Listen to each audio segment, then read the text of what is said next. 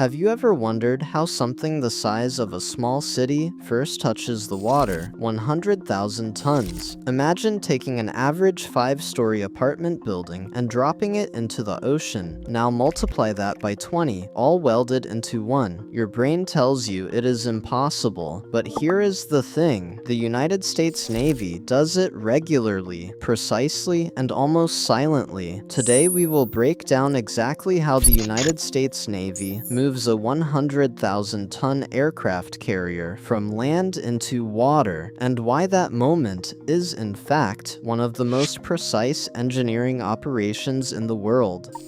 The USS Gerald R. Ford is the largest warship in human history. Its total length is 337 meters, more than 3 football fields end to end. The flight deck is 78 meters wide. Height from keel to antenna is 76 meters. That is roughly a 20-story building lying on its side in the water. But the defining number is not the dimensions. It is pressure. When a ship of this weight rests in a dry dock, every square meter of the support structure bears a load equivalent to dozens of freight trains simultaneously. Imagine placing an A4 sheet of paper on the ground and stacking 30 cars on top of it. That is the pressure the carrier hull exerts on the dock floor during construction. And here is a figure almost no one knows. The dry dock where the carrier is built, Dry Dock 12 in Newport News, is the largest in the Western Hemisphere. It is 662 meters long and 76 meters wide. The ship itself occupies only part of that space. When the flooding begins, that entire space must fill with water. How much? More than 380 million liters. That is 150 Olympic swimming pools. And every drop must enter in precise order on a precise schedule.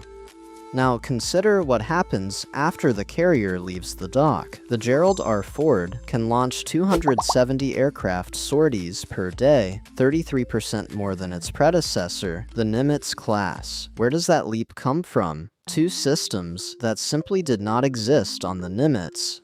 The first is EMALS, the electromagnetic aircraft launch system. Steam catapults on older carriers hit a jet with a sudden jarring impulse, like a punch. EMALS accelerates smoothly and evenly, like a gradual press of an accelerator. The result, less structural stress on the airframe, the ability to launch everything from heavy strike jets to lightweight drones, and critically, half the time between launches. The system is powered by linear induction motors and stores energy between shots, eliminating peak load spikes on the ship's electrical grid. The second is the Advanced Arresting Gear, called AAG. Instead of steel cables with hydraulic braking as on the Nimitz, it uses an electromagnetic energy absorber that precisely meters braking force based on the weight and speed of each individual aircraft. For pilots, that means a softer landing and less risk of a hook skip. For the airframe, it means 10 times less structural stress on every recovery. Then there is the radar, a dual-band system, the SPY-3 and X-band, for precision targeting and detection of small threats, and the SPY-4 and S-band for wide-area horizon surveillance. Two radars operating simultaneously cover the full threat spectrum, from ballistic missiles to miniature drones, and do so autonomously without a dedicated operator at every screen. No other warship in the world has this combination. The stakes are unambiguous. One miscalculation and the hull deforms.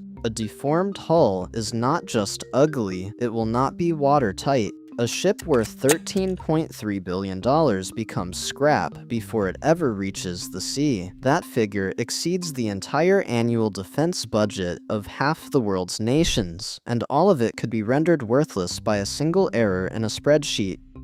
Most people assume an aircraft carrier is simply launched, pushed sideways off a ramp, or lowered by cranes. At first glance, that sounds reasonable. The ship is enormous, so surely enormous cranes are involved, or a sloped slipway and gravity does the rest. There is a logic to it. That is exactly how ships were built 100 years ago. But here's the problem. A crane capable of lifting even 5,000 tons is already a record-breaking engineering achievement, and only a handful exist worldwide. We would need to move 20 such loads simultaneously simultaneously, evenly, without a single degree of tilt. That infrastructure simply does not exist. Sloped slipways worked in the era of cruisers and battleships, for hulls 5 times lighter. Try sliding 100,000 tons down a slipway, and you get uncontrolled dynamics that can destroy both the ship and the shipyard. And here's another assumption worth dismantling immediately. Most people picture an aircraft carrier as a floating city where thousands of sailors perform thousands of manual tasks. The Nimitz required over 6,000 crew members. The Gerald R. Ford needs 600 fewer crew members, not because the ship is smaller, but because automation has replaced entire departments. The electromagnetic aircraft launch system requires no team of steam valve technicians. The advanced arresting gear needs no hydraulics crew. The dual-band radar conducts surveillance without an operator at every console. A smaller crew is not about saving money on people. It means fewer points of failure, less logistics around feeding and supplying the crew, and consequently, a lower cost for every day spent at sea. The real answer has nothing to do with lifting or pushing. It comes down to Archimedes, not force, but displaced water. The ship is not lowered into the water. The water is brought to the ship, and that changes everything. Newport News Shipbuilding in Virginia is the only American shipyard that builds nuclear-powered aircraft carriers. The facility has operated since 1886, and every American carrier has begun its life here in the concrete pit of Dry Dock 12. Construction takes place in the dry dock, a massive concrete basin more than 9 meters deep, where the ship is assembled in sections from the keel upward. Each section arrives as a finished module, complete with pre-installed cables, piping, and ventilation. The Gerald R. Ford was assembled from nearly 500 such modular lifts. The scale of that work becomes tangible in one figure, when a bearing problem with the propeller shafts was discovered after the ship was delivered to the Navy. The repair required over 800,000 man-hours. That is the normal complexity of a system, where accessing any single component means disassembling half the ship around it. Once construction is complete, someone presses a button, and water begins flowing into the dock. For the Gerald R. Ford, that person was Susan Ford Bales, the president's daughter, in October 2013. It sounds simple, it isn't. The real challenge lies in the seconds just before the hull lifts off the floor. As Archimedes' force balances the ship's weight, the carrier floats. But in those few transitional minutes, it is maximally vulnerable. The hull's mass is not symmetrically distributed. Superstructures, reactors, and weapon systems are all placed asymmetrically. If the buoyant force distributes incorrectly, the hull can twist, and weld seams can fail. Those seams seal compartments and protect reactors from flooding. Destroy one critical joint, and the repair takes years.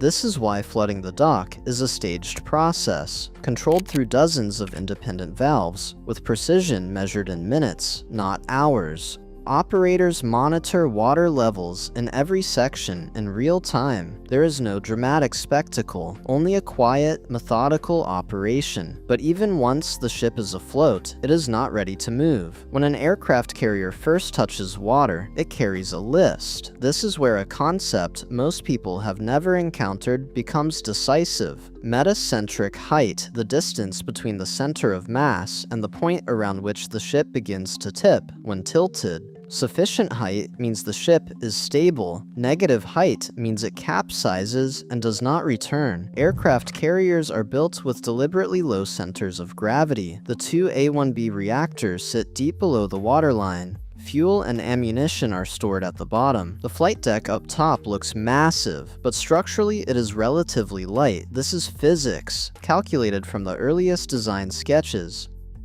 After its first float out, the Gerald R. Ford traveled exactly 1 nautical mile from Dry Dock 12 to Pier 3. There the ship remained for several more years. The reactors had not yet reached operating power, and some systems were still being installed up to the last day. From keel laying in November 2009 to its first combat deployment in May 2023, 13.5 years. 6 tugboats, each generating 60 to 80 tons of thrust. But what matters is not the power, it is the coordination. A carrier without its own propulsion has almost no rudder authority. Stopping 100,000 tons moving even at a knot or two is not instantaneous. There are no brakes, there is only reverse thrust from the tugs, and a harbor pilot simultaneously accounting for inertia, wind, and current.